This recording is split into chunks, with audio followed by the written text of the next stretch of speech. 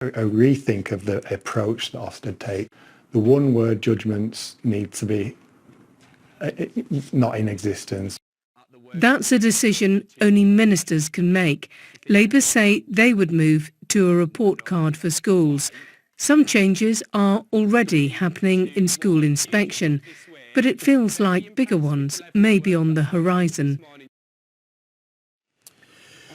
That report from our education editor, Bramwell Jeffries, who joins us now on the sofa, alongside Ruth Perry's sister, Professor Julia Walters. Good morning to both of you. Julia, can I ask you to start with, you've been wanting change within Ofsted into the rating system and how it works. These proposals today, is it good enough? Does it go far enough? Yes. I just hope that the government now realise how untenable their position of hanging on to those harmful and reductive single-word judgments are, and actually make the changes that are needed to keep teachers and therefore children safe in schools. So you want them to act on this report? I want them to act. I've had, I think, 18 hours of meetings now with the DFE, the Department for Education, and Gillian Keegan this last year. They have made some changes, but they don't go far enough. I've been arguing that, and the one key thing that would make the most sort of appreciable change would be to get rid of single-word judgments. So come on, get up, Gillian, Gillian Keegan, and make those changes now, please. So in those 18 hours where you have sat, I'm assuming, face to face with these people, how do they counter your arguments? I'm interested to know what they say to you about why we don't know when this is going to happen. It's the same lines all the time about parents appreciate clarity and simplicity when deciding on which school to choose for their child. And my argument always is, one, parents don't generally have that much choice. What they want is their local school to be good enough.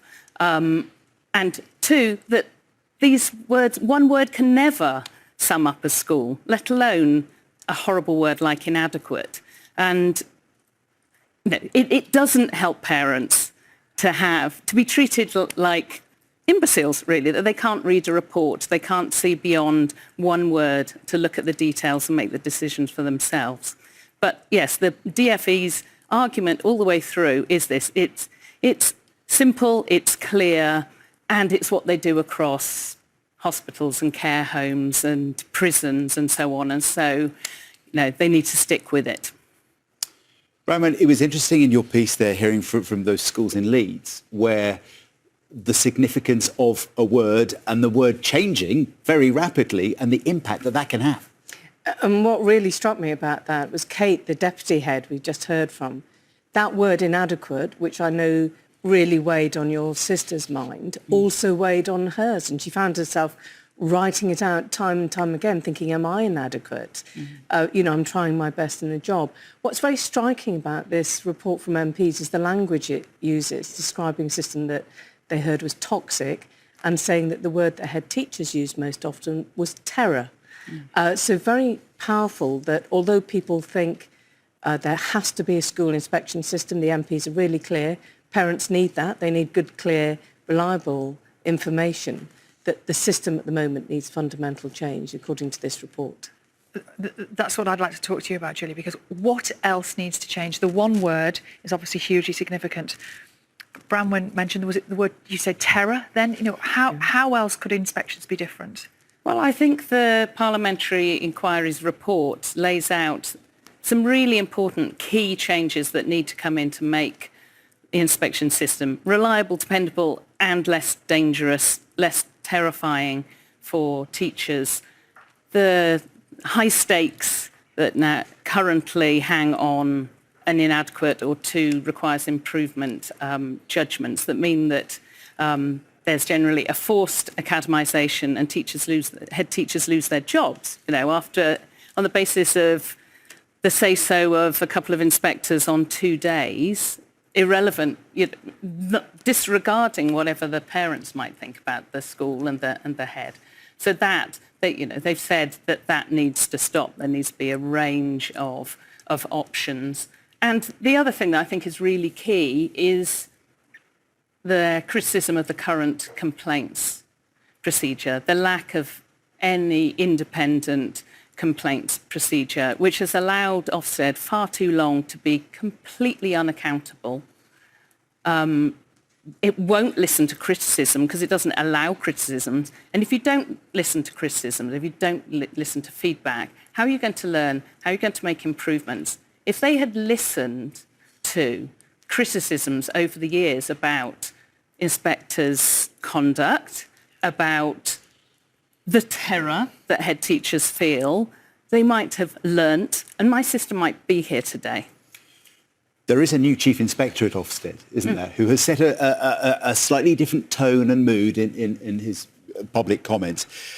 Does that give you optimism? Yes, it does. I've met Martin Oliver, and we had a long and frank meeting, and he genuinely seems committed to change. He recognises that Ofsted has lost the trust of the teaching profession, and that needs to change, and it needs to change by bringing in these reforms that will make head teachers and teachers have confidence in the system, and therefore will be a system that parents themselves can believe in.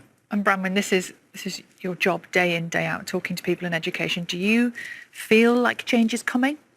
It certainly feels as though this is a bit of a turning point and there's real momentum for change. The government has to respond to this report from a committee which has a majority of Conservative MPs. And the MPs are very clear that there's a consensus for change now. And I think, John, you're right, that the new Chief Inspector set a different tone. And some of the things that this report is suggesting, he's already promised to look at.